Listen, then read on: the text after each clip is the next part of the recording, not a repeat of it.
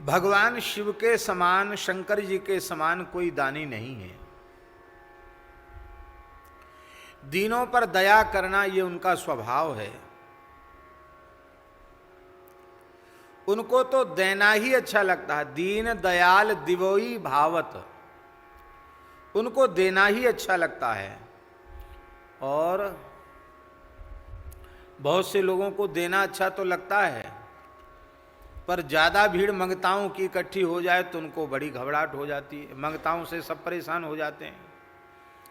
लेकिन भगवान शिव का स्वभाव है जाचक सदा सुहाई।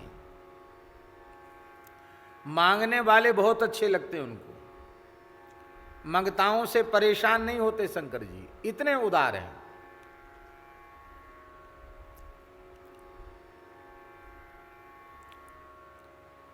शास्त्र की मर्यादा है, बहुत ध्यान से सुने। शास्त्र की मर्यादा है, धर्मशास्त्र का निर्देश है ये, कि जो याचक एक बार मांगने आ गया एक दिन में, यदि एक ही दिन में वो दूसरी तीसरी बार याचना करने आता है तो उस याचक को न दिया जाए तो दाता को कोई दोष नहीं लगेगा। अपितु सच्ची बात है कि एक बार जिसे मिल चुका उसको द्वारा नहीं देना चाहिए उस दिन में। उस दिन में फिर वो द्वारा लेने का पात्र नहीं है। लेकिन भोले बाबा का दरबार ऐसा है कि सवेरे मांगो, दोपहर में मांगो, संध्या को मांगो, आधी रात को मांगो, 24 घंटे एक ही व्यक्ति मांगता ही रहे, अकेले ही मांगता रहे तो भी उनको बुरा नहीं लगता। एक राजा था, बड़ा कंजूस था। कंजूस लोग बातें बहुत मीठी मीठी बना लेते हैं। वो उतनी चतुराई की बातें बना लेते हैं कि उनको कुछ लगे नहीं। बस बातन के बतबनिया बब्बा बनते हैं वो, केवल बतबनिया, और उनसे कुछ बनता नहीं है। वो राजा भी बड़ा मीठा बोलता था, वो देता किसी को एक फूटी कौड़ी नहीं था। और उसका एक मंत्री था, उस मंत्री का नाम था नंदन। तो जब कोई मांगने वाला आता तो राजा कहता, हाँ हाँ ये संपत्ति और किस लिए है? आप लोगों के लिए ही है। मैं राजा किस लिए? आप लोगों ने मुझे राजा बनाया है। ये सब आप लोगों की सेवा के लिए। नंदन, सरकार, हजूर, आज्ञा, वो इनका समाधान करो। और समाधान का मतलब वो तो महाराज 5 कदम और आगे था। राजा कंजूस था तो वो मक्खी चूस था। 2 भाई थे, उनका नाम तो कुछ और रहा होगा, पर वहीं से कंजूस मक्खी चूस उपाधि चली। ये ठंडी का समय आया, कान में दर्द हुआ तो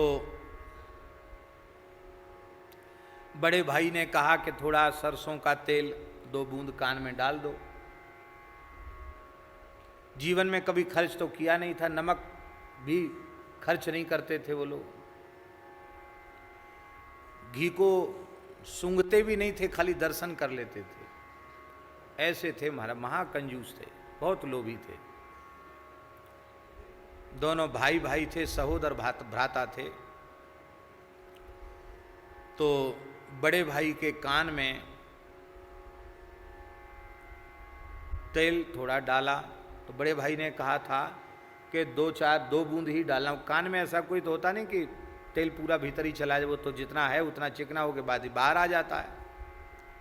तो अब वो कान में ऐसे करें तो बाहर आ जाएगा। तो बड़े भाई ने बहुत डांट करके कहा, अरे इतना तुमने हमारा नुकसान कर दिया पैसे का, बताओ कितना तेल कान में, इतना तेल भरा जाता कान में, अब क्या होगा इसका? ये बेकार जाएगा। उसने कहा, भाई साहब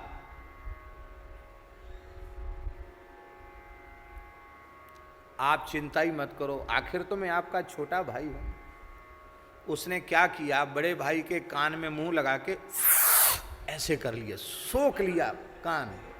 तो कान को चूस लिया तो कर्ण चूस, क्या नाम हुआ उसका? कर्ण चूस। वो 2-4 बूंद तेल भी उसने चूस लिया। तो कर्ण चूस शब्द से फिर कंजूस बन गया। बड़े भाई ने कहा वाह भाई हो तो ऐसा हो। उठ के बैठा तो उसने देखा कि अरे ये क्या, वो तेल थोड़ा सा गर्म किया था तो एक मक्खी उसमें मर गई थी, वो कटोरी में मक्खी पड़ी थी। अरे राम राम, सबरा तेल तो मक्खी पी गई।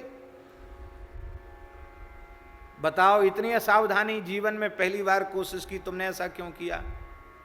तो उसने मक्खी को अपनी जीभ पर रखा, थोड़ा चूस करके फेंक दिया।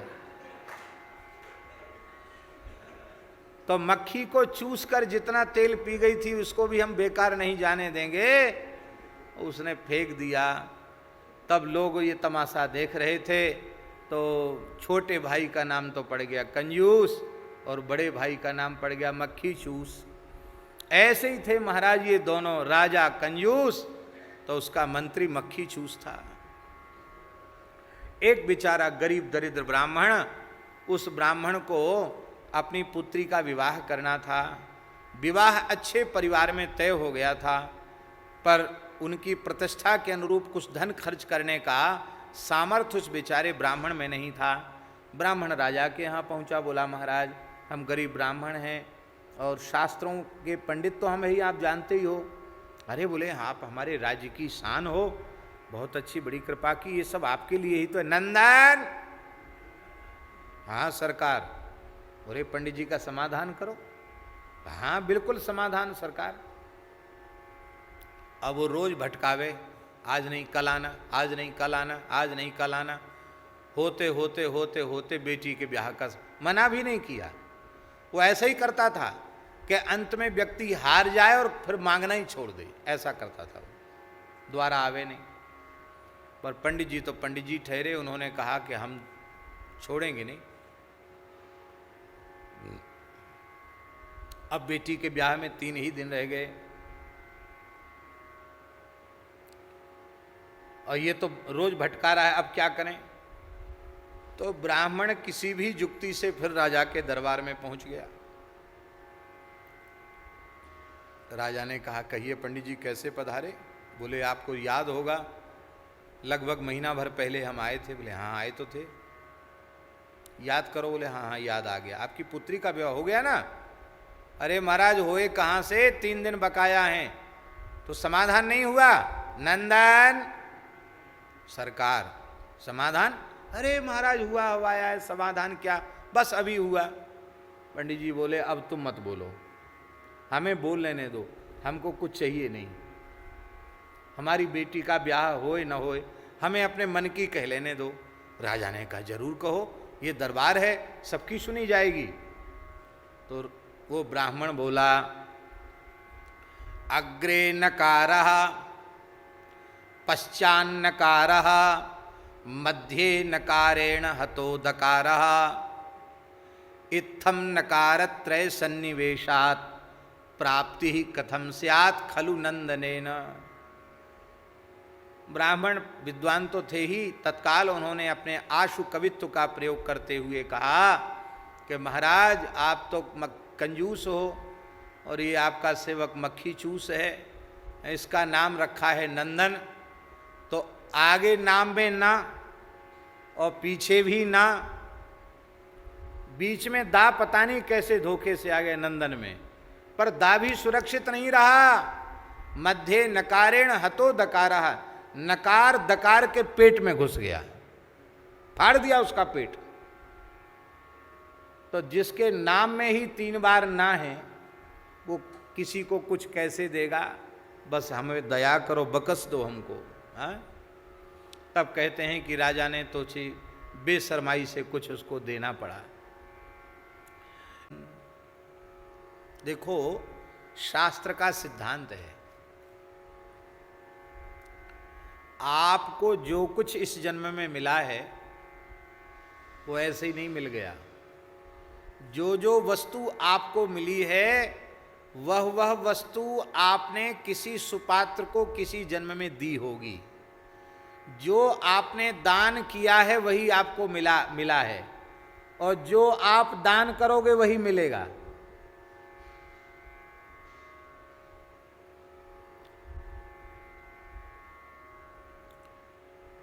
पूज्य श्री संपूर्णानंद जी महाराज ने एक बार हमसे कहा, उन्होंने कहा कि स्वामी जी आप पहचानते नहीं हो, ये जितने कटोरा लेकर भीख मांगने वाले लोग हैं ना,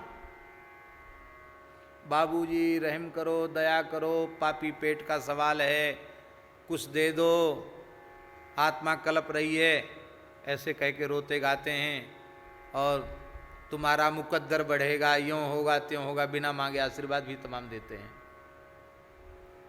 तो संपूर्णानंद जी महाराज ने कहा ये सब के पूर्व जन्म मुझे दिखाई पड़ रहे हैं, ये सब के सब अरबपति खरबपति लोग हैं।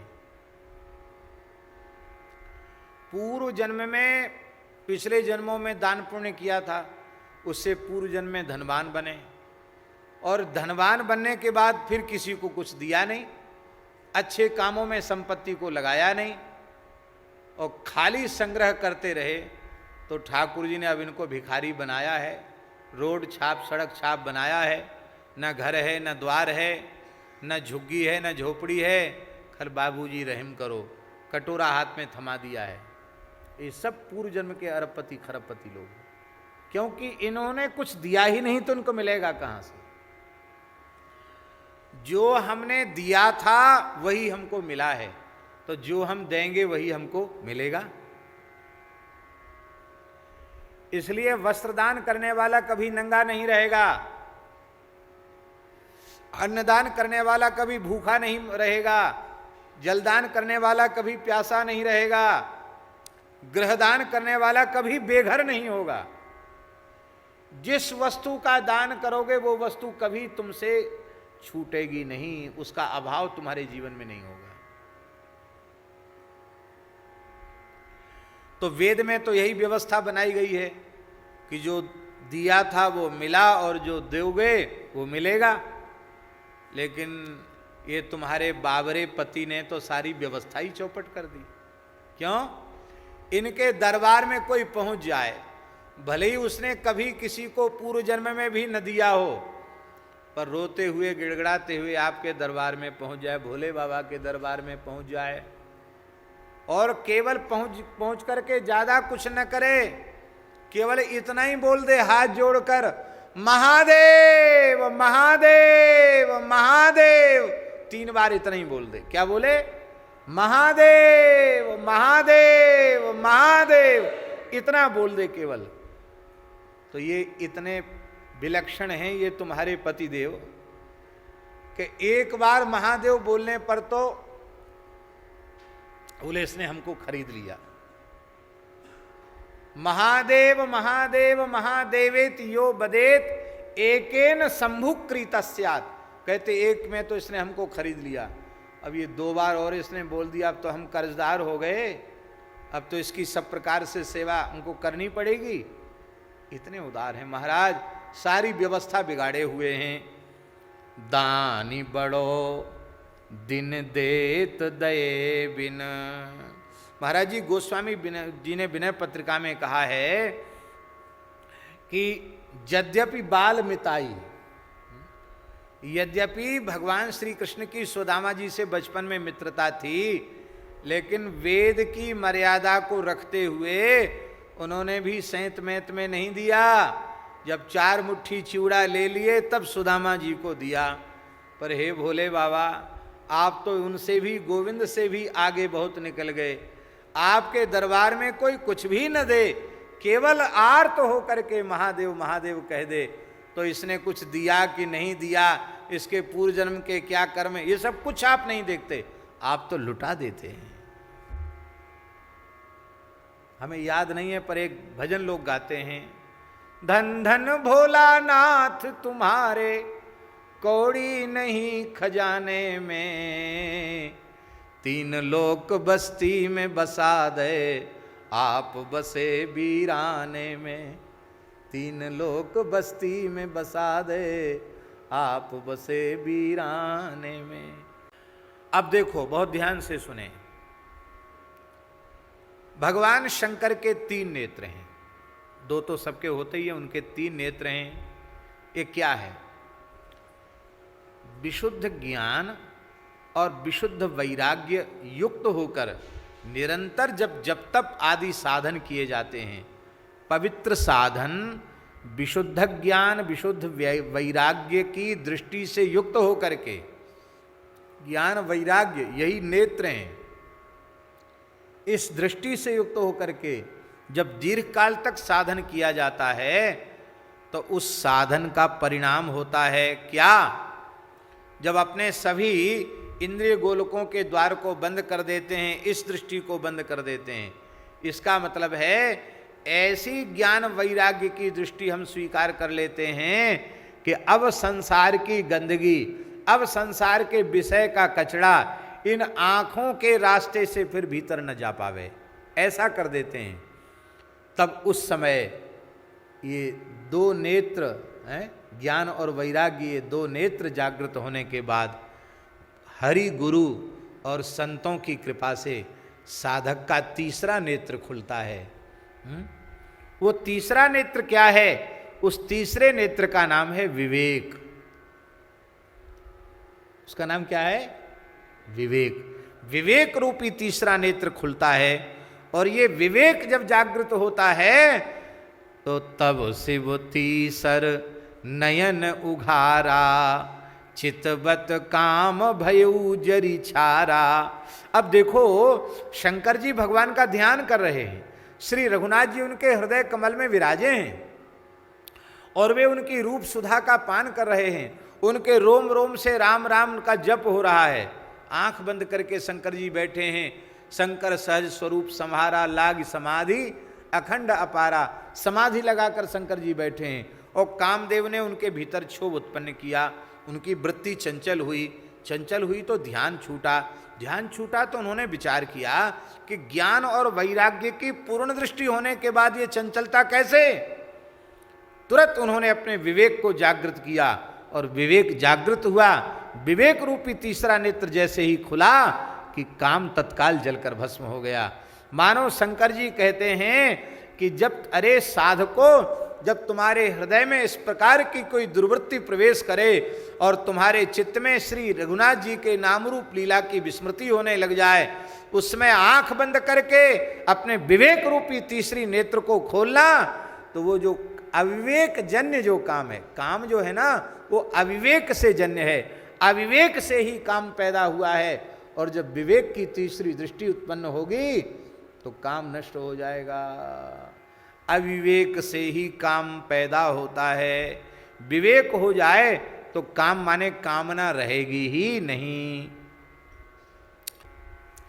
जो भगवान के भजन में काम विक्षेप कर रहा था उसको उन्होंने समाप्त कर दिया और समाप्त करने के बाद अब ध्यान से सुने, अब जब समाप्त किया तो उसको जिंदा क्यों किया?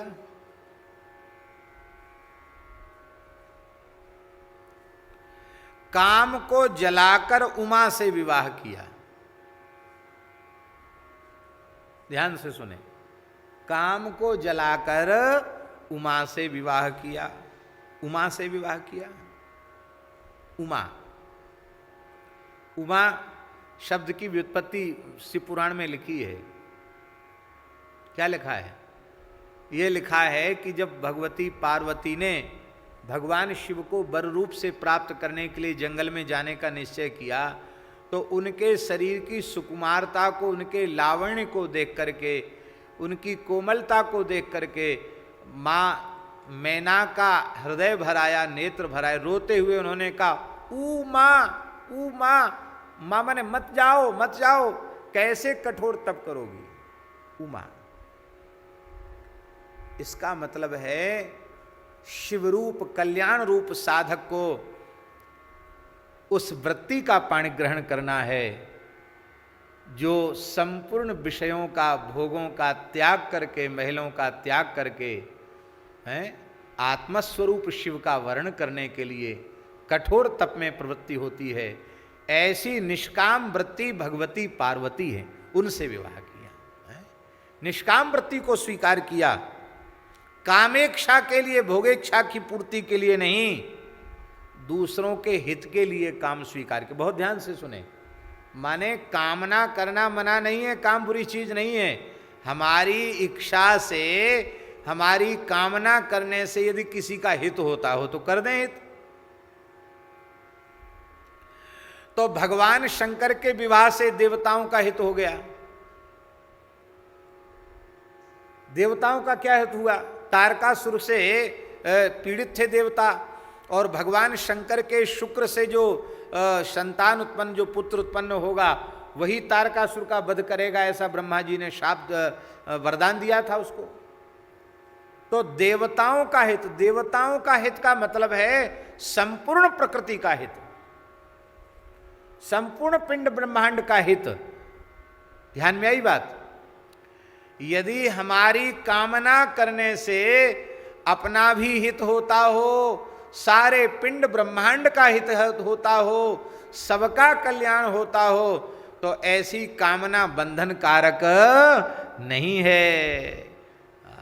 जो काम भजन में विक्षेपक है उसे तो साधक को जला ही देना चाहिए।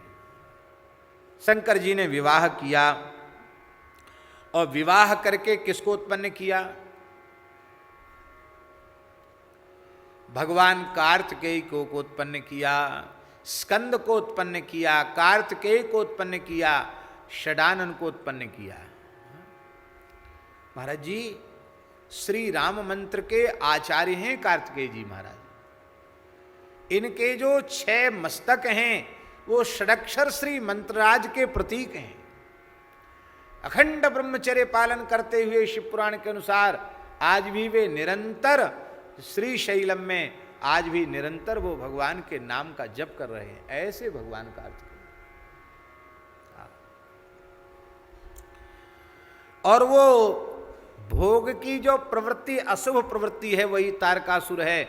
उस तारकासुर का भगवान कार्तिकेय विनाश कर देते हैं। बोलो भक्तवत्सल भगवान की जय। इसलिए ये मदन दहन लीला क्या है, ये काम दहन लीला क्या है? कहते हैं भगवत अनुभूति में विक्षेपक काम को जलाकर और भगवती पार्वती के साथ पाणी ग्रहण करना। ये भगवती पार्वती कौन है? बहुत ध्यान से सुने।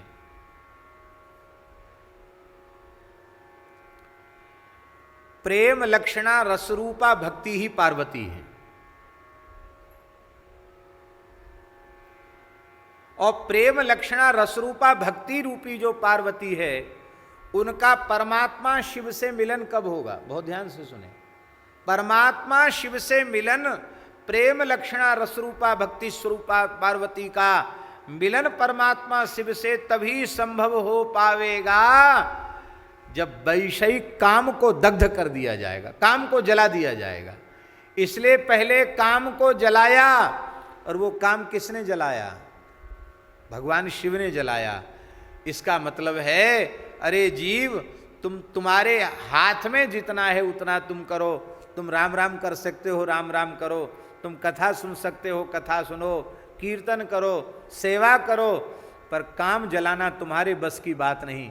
काम तो राम जी की दृष्टि से जलेगा, काम तो शिव जी की दृष्टि से जलेगा। और जब भजन से कामना रूपी काम का दाह हो जाएगा, तो फिर उस परमात्मा के साथ तुम्हारी रसरूपा प्रेम लक्षणा भक्ति का विवाह हो जाएगा। और इसी विवाह का नाम है श्री शिव पार्वती विवाह। इसी का नाम क्या है? शिव पार्वती विवाह। पाणी ग्रहण हो जाएगा। इसलिए सच्चिदानंद भगवान शिव के साथ प्रेम लक्षणा भक्ति के मिलन का नाम है शिव पार्वती विवाह। और ये तब होता है जब काम दहन हो जाता है। काम दहन के बिना भक्ति का परमात्मा से अर्थात, बहुत ध्यान से सुने, इसका अर्थ है कामना से कलुषित जो भक्ति है उसका पाणी ग्रहण शिव नहीं करते हैं। उसी भक्ति का पाणी ग्रहण शिव करते हैं जो सर्वथा कामना से शून्य है, जिसको कपिल भगवान ने श्रीमद् भागवत में कहा, अनिमित्ता भागवती भक्ति सिद्धिर्गरीयसी जरयत्यासुया कोशम निर्गीर्ण मनलो यथा। जैसे प्रचंड अग्नि लोहे के जंग को जलाकर भस्म कर देती है, ऐसे ही जैसे प्रचंड अग्नि लोहे की जंग को जलाकर भस्म कर देती है, ऐसे ही निष्काम भक्ति कामना की सारी जंग को जलाकर भस्म कर देती है, राख कर देती है। जिन्होंने दशों दिशाओं में दिग्विजय कर ली, जो त्रिलोक विजयी हो गए, इंद्र महेंद्र भी जिनके प्रभाव के आगे नतमस्तक हो गए,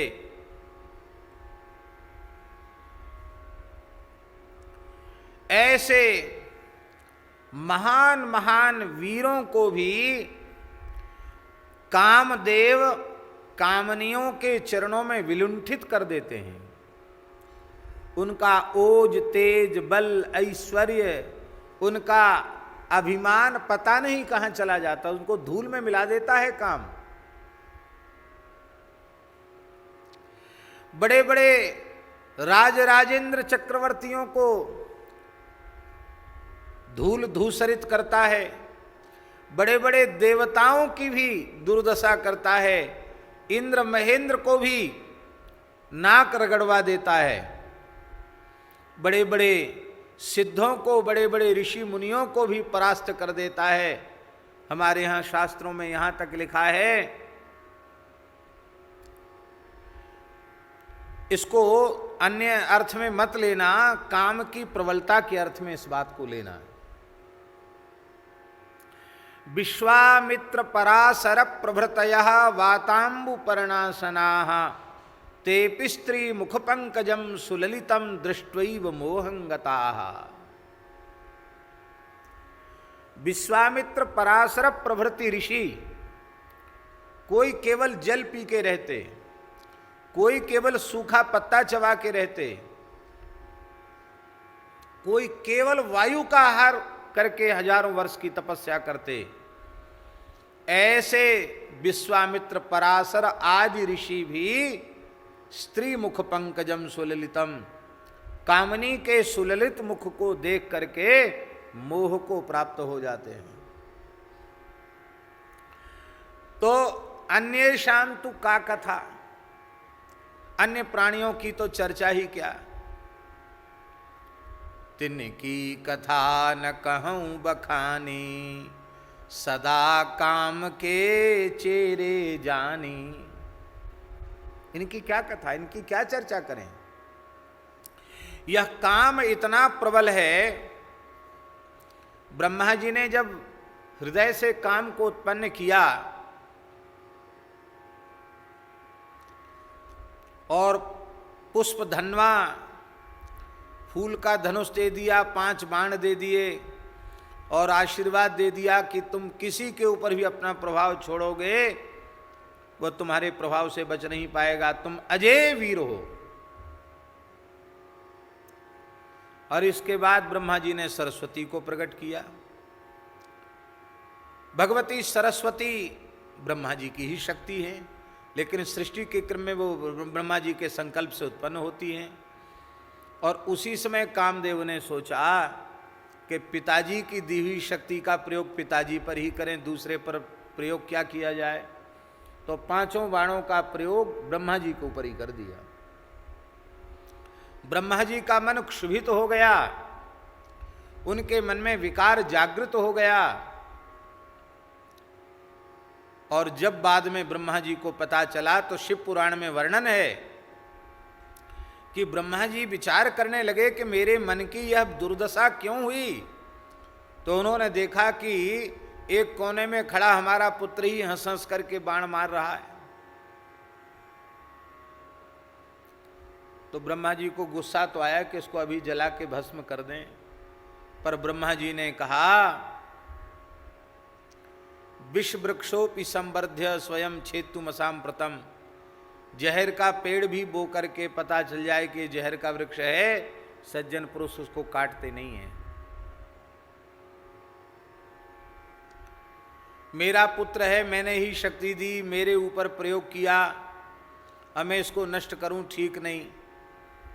बोले हमने तो तुझे छोड़ दिया, पर कान खोल के सुन ले, जब भगवान शिव के मन को तू क्षुब्ध करने का प्रयास करेगा तो भगवान शिव के तीसरे नेत्र से जलकर भस्म हो जाएगा। ये शिवपुराण के अनुसार ब्रह्मा जी ने श्राप दिया है कामदेव को। अपने पिताजी को भी नहीं छोड़ा कामदेव ने, आप सोचो। इसलिए गोस्वामी जी कहते, जाकी प्रथम रेख भट्ट माही, ऐसे उस काम को ता ठाकुर को रीझ निवाजिवो, कहो क्यों परत मो पाही। ऐसे ठाकुर का, ऐसे प्रभु का प्रसन्न होकर अपने शत्रु पर भी ऐसी कृपा करना, अब इसके संबंध में मैं और क्या कह सकता हूं। अर्थात मेरी वाणी में वह सामर्थ्य नहीं है कि भगवान शिव की इस अपूर्व दयालुता, कृपालुता का मैं वर्णन कर सकूं। गोस्वामी तुलसीदास जी महाराज कह रहे हैं, भगवान शिव के समान, शंकर जी के समान कोई दानी नहीं है। भगवान श्री राम ने कहा है कि हे शिव जी, आप मरने वाले के दक्षिण कर्ण में मेरा नाम सुनावेंगे, वो निश्चित ही मुक्त हो जाएगा।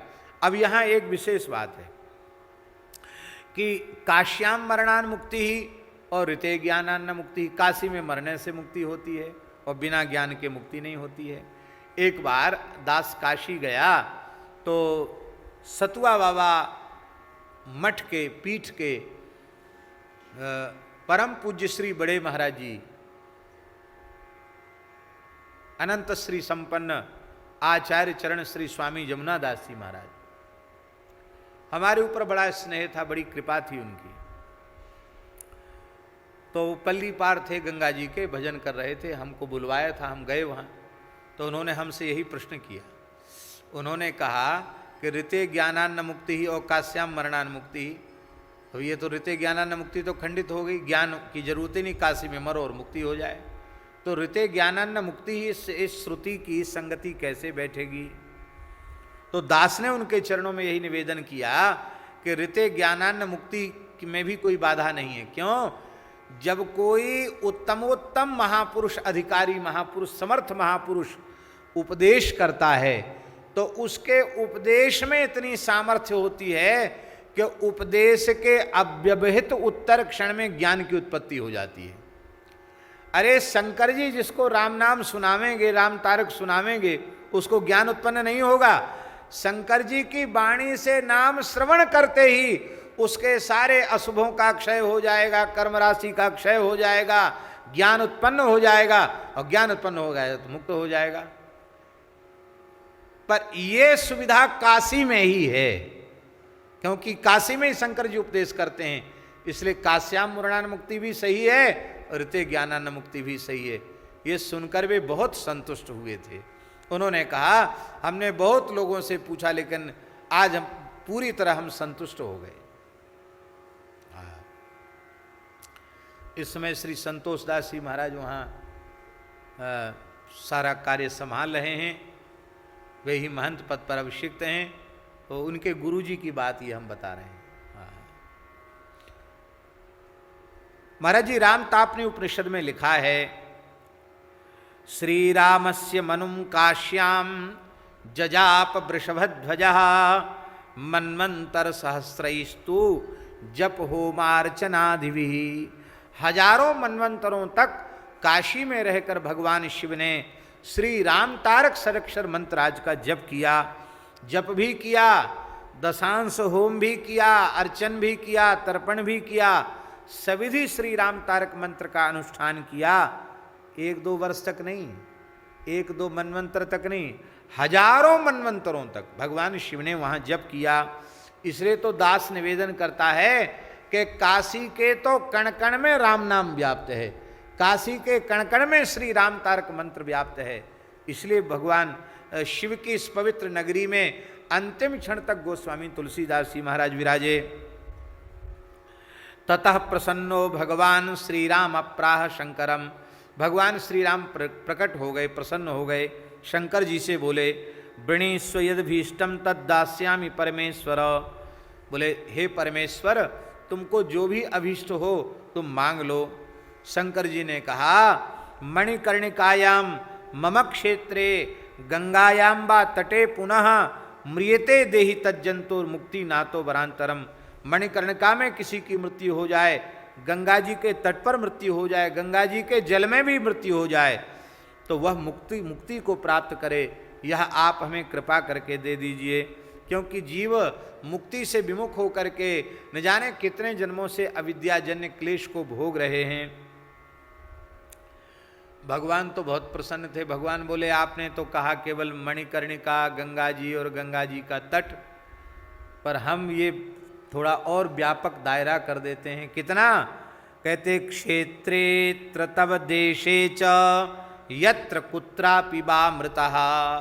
इस पूरे आपके काशी क्षेत्र में कहीं भी कोई मर जाएगा, कृमि कीटादयो प्यासु मुक्ता संतु च न चान्यथा। कीड़े मकोड़े भी मुक्त हो जाएंगे, इसमें कोई संदेह नहीं है। मुमूर्षोर दक्षिणे कर्णे यस्य कस्यापि वा स्वयं उपदेक्ष्यसि मन्मंत्रम समुक्तो भविता शिव। तुम जिसके कान में उपदेश कर दोगे वह तो मुक्त हो ही जाएगा। शंकर जी बोले महाराज, भगवान बोले बस बात यह है, आपको ये सदाव्रत बांटना है ना मुक्ति का, तो आपको काशी छोड़ के कहीं नहीं जाना पड़ेगा। नहीं तो आप तो घुमक्कड़ महात्मा हो, फक्कड़ महात्मा हो, कभी कहीं कभी कहीं कभी कहीं, तो इस सदाव्रत फिर कैसे बटेगा मुक्ति का। भोले बाबा बोले हम काशी छोड़ के कहीं नहीं जाएंगे, पर एक शर्त है। क्या शर्त है? बोले आपको भी काशी छोड़ के कहीं नहीं जाना पड़ेगा। आप कहो कि हम तो इधर उधर घूमेंगे और हम अकेले यहाँ रहेंगे, सो संभव नहीं।